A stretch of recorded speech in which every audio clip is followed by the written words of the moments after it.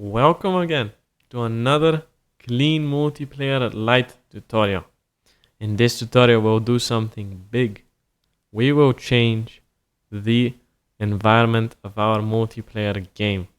So, to begin, you need to install some environment assets. You can either do it by getting some models from the internet or the Unity asset store. I've imported here free asset. If you've got the models and you want to do a creative build of your game, you can head to the game scene, which is located in Clean Multiplayer Lite scenes. And you can go to the scene view. And here you see your environment, which is currently the stock one. And you can just begin customizing it. But I'll do it the fast way. I'll show you how you can completely remove this environment and paste in the new asset you've got if it has a demo scene. So what I'll do is you see that here in the scene there is this environment component. I'll remove the lighting component because this is a key component which makes the scene look good. But I'll remove everything else because we don't need that. We want a new environment, something great to make your game really the best it can be. Now I'll head to the Polytype Studio asset which I got. I'll open their demo. I'll save this scene for now.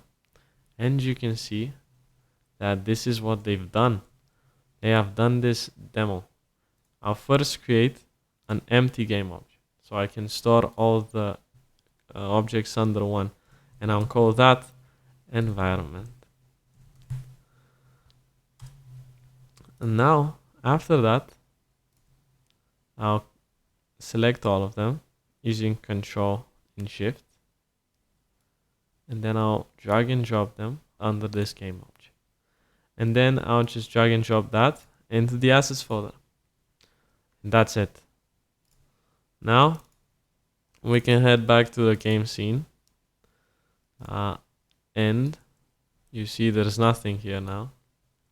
We can go to the main camera, and if we head to the place we did the prefab, we can paste it in. Whoa, there it is.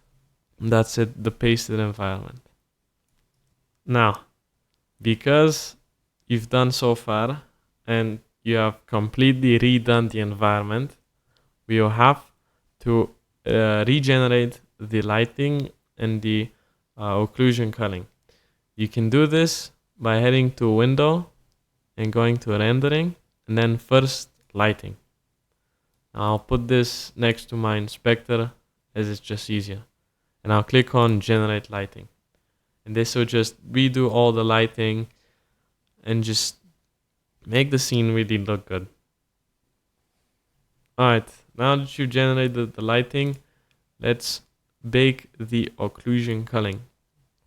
This will optimize the environment so that it's not as tasking and that you get more FPS, and will render only the things the camera sees. Now, to make sure that it knows what to bake, you have to tag your environment as static. So click here on static, and then click yes, change children. And there you go. Now let's click on bake on the occlusion culling. And that's it. You've completely done it. Now we can save the scene and we can playtest the game. Let's see. If I enter the username and I click on create, there you go. This is the environment. My PC is kind of dying right now because this is an enormous environment and I haven't optimized it well, but you get the point. If you want to know how you can set a custom spawn location so that this player doesn't spawn randomly, you can watch one of the tutorials. But thank you very much for watching this one, and I hope you can create amazing environments and create amazing multiplayer experiences with this asset. And thank you again for watching this video. Bye bye.